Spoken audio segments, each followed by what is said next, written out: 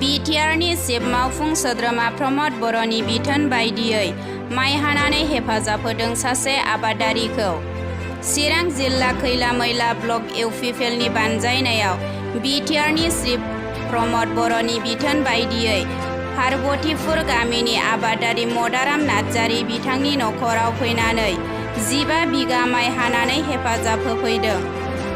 बे हाबाफारियाव गोबां इउपिपिएल दोलोनि मावथिफोरा बाहागो लादोंमोन, जेरै चिरां जिल्ला इउपिपिएलनि आफादगिरि निर्मल कुमार ब्रह्म, चिरां जिल्ला इउपिपिएलनि नेहाथारि अमर सिंह ब्रह्म बिथांमोनजों लोगोसे गुबुन गुबुन बिबानाव थानाय इउपिपिएलनि मावथिफोरा बाहागो लादोंमोन। दानिया फै बिथांमोना खौरांनि गेजेरजों मा फोरमायखो जों मोनथिनानै लानि।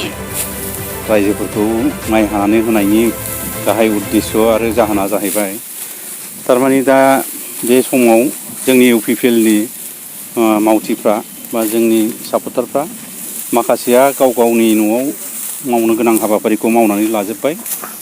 दा माइ हानाय हाबाफारिया गाव गावनि न'नि हाबाफारिया जोब्बाय हिसाबै जाय बिथांमोनहा माने माइफोरखौ हाख'नानै लानो हायाखै आबादारिफोर, बिथांमोननो माइखौ हानानै हेफाजाब होनांगौ होननानै जिहेथु जोंनि दोलो इउपिपिएलनि मानगोनां आफादगिरि प्रमद बर' बिथाङा दाखालि जोंना डेलिगेट्स मिटिङाव बुंदों, खावलायदों जायफ्रा खामानि मावख'नो हायाखै।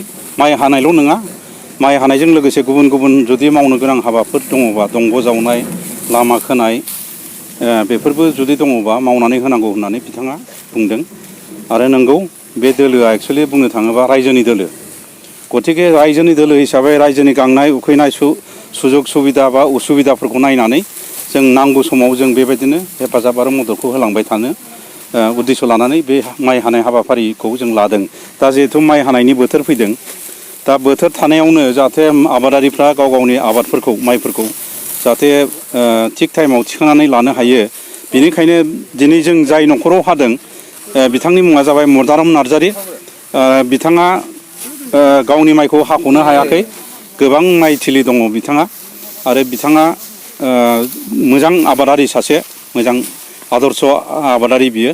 दा नंखायनो जों बिथांनि न'खराव फैनानै जों जोंनि निसिमा ब्लक कमिटिनि सिङाव थानाय जेसेबां लिडारफोर दङ, ब्लकनि प्रेसिडेन्ट, गाहाय नेहाथारिफोर दङ, गुबुन गुबुन बिफाननि बिबानगिरिफोर दङ, आरो जोंनि प्राइमारिनि वार्कारफोर दङ, नेताफोर दङ, बिथांमोनखौ लानानै जोङो दिनै बे पार्बतीपुर होननाय गामियाव दिनै माइ हानायनि हाबाफारिखौ जों आरम्भ खालामदों। बेसेबां बिगा हागोन दिनै? दिनै हानांगौ जों दिनै जेनोखि आसा खालामदों 15 बिगानि खम जानाय नङा।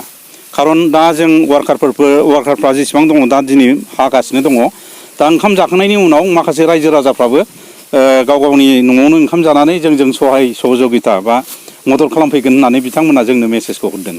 दा बिथांमोना गोबां फैगोन, फैयोबा जों गोबां एरियाखौ जों हानो हागोन आरो। मा जागोन नोंथांमोना जिरायथ'नाय समाव? दिनै जोङो दा दहाय एसे आवगायाव न' बिगोमाया जोंनो साहा बिस्कुट लोंहोबाय। बिनि उनाव जोङो दाहाय सम जायोब्ला, ओंखामा मोनोब्ला ओंखाम जागोन। बे ओंखाम जानाय समाव अनलाजों बै मुला बेदर बेखौ बिथाङा संदों। आरो बेजों लोगोसे थाबावगोन जोंना माने दुन्दिया, बिथाङा गोबां मैगं थाइगं फोदों हिसाबै दुन्दियाबो दङ। दुन्दियाखौ देनानै, बाथोन देनानै जाहोनो नागिरदों। आरो बेजों लोगोसे गुमा गोथाव माखासे मोनजेनबाय। गुमा गोथावा दासिमबो 50थासो मोनजेननाय जाबाय।